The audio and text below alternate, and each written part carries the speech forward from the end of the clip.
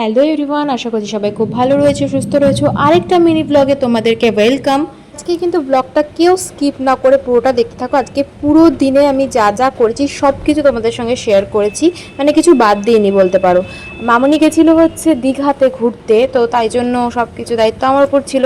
আর স্নান ধান কমপ্লিট করে এখানে আমি চলে গেছি ফুল তুলতে। ফুল তুলে আমি আজকে পুজো করব, প্লাস আজকে রান্না করব মিন্স রাতের খাবার করব। ভয়েস ওভারে যদি কোনো রকম নয়েজ এসে থাকে তাহলে তার জন্য আগে থেকেই সরি চেয়ে নিচ্ছি, কারণ বাইরে বৃষ্টি হচ্ছে আর আমি ব্যালকনিতে বসে আজকে ভয়েস ওভারটা দিচ্ছি। তারপর ফুল তুলে চলে গেছিলাম হচ্ছে ছাদে। আর দেখো আমাদের ছাদ বাগানে এই একটা বেগুন গাছ হয়েছে, আর বেগুনও হয়েছে 3খানা। তো তারপর চলে এসেছি ঠাকুর ঘরে পুজো দিতে। এখানে যেগুলো ফুলগুলো তুলেছিলাম সব ফুল দিয়ে ঠাকুরকে সাজিয়ে পুজো দিয়েছি।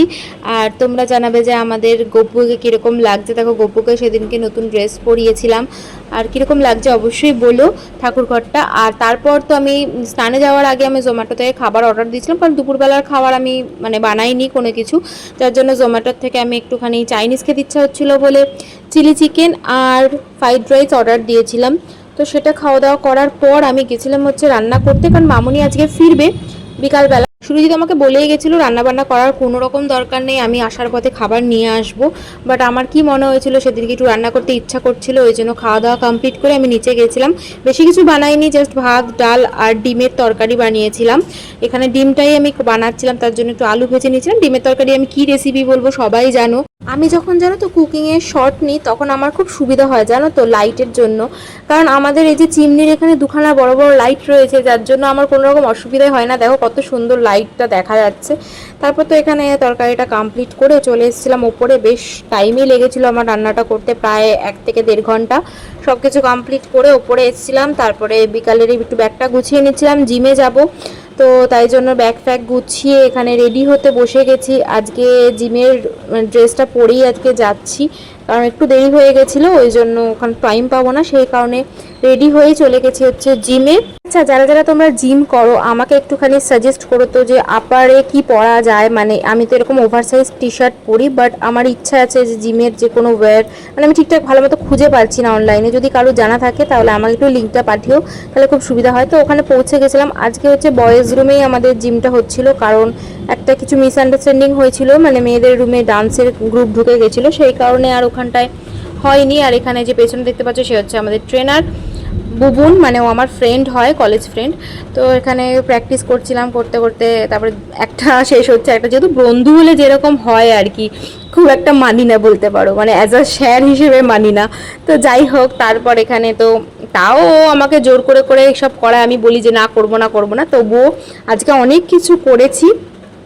আর এখানে দেখাচ্ছিল যে এই মেশিনটা কীভাবে করতে হয়, কারণ এগুলো আমি কখনো এর আগে করিনি, সেদিনকেই ছিল হচ্ছে ফার্স্ট। আর এটা শোল্ডার প্রেস এগুলো করছিলাম। তারপরে আমি একটুখানি পাকাও মেরে এখান থেকে আর কি ওয়েটটা বাড়িয়েছি, আর সেটাতে একটুখানি হাতে পেন হচ্ছিলো, তবে ঠিক হয়ে গেছে, ওটা অ্যাডজাস্ট হয়ে গেছে। আচ্ছা, যারা যারা জিম করো তারা অবশ্যই বলো যে জিমে তোমাদের কোনটা করতে সবচেয়ে ভালো লাগে। তো এখানে আমি যেমন এটা করার পর মানে ভিডিওটা নিতে বলছিলাম আর কি, একটা দিদি ছিল তাকে। এখানে দেখো আজকে প্রচণ্ড কনজাস্টেড ছিল, যেহেতু বয়েজ রুমে সবাই চলে এসেছিলো, যার জন্য ছেলেরা তো সুযোগই পাচ্ছিল না। সব মেয়েরা এসে মানে আর কি প্রত্যেক কটা মেশিনে দখল করে বসে গেছিলো বলতে পারো।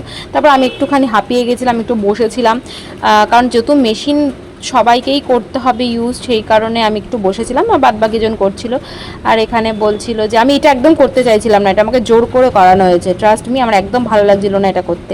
তো তারপর একটুখানি আমি নিজের থেকেই বললাম যে একটু লেগ করব, তো সেটা করছিলাম, তবে বেশিটা করতে পারিনি, খুবই পেনফুল হয় এটা, যার জন্যে প্রথম দিন বলে আমি সেরকম কিছু করিনি। আর তারপর তো বাড়ি ফিরে জাস্ট স্কিন কেয়ারটা করলাম। স্কিন কেয়ারের মধ্যে তো তোমরা জানোই টোনার, সিরাম, ময়শ্চারাইজার এইগুলোই থাকে, আর হ্যান্ড ক্রিম, এগুলো জাস্ট মানে আমি ইউজ করেছি। তোমাদের সঙ্গে আমি অবশ্যই একটা স্কিন কেয়ারের ভিডিও আপলোড দেবো, আমি অ্যাকচুয়ালি সময় পাচ্ছি না, সে কারণে হয়ে উঠছে না। তবে অনেকেই বলেছো আমাকে স্কিন কেয়ারের ভিডিও শেয়ার করতে, পুরো একদম ডিটেলসে, আমি অবশ্যই শেয়ার করব।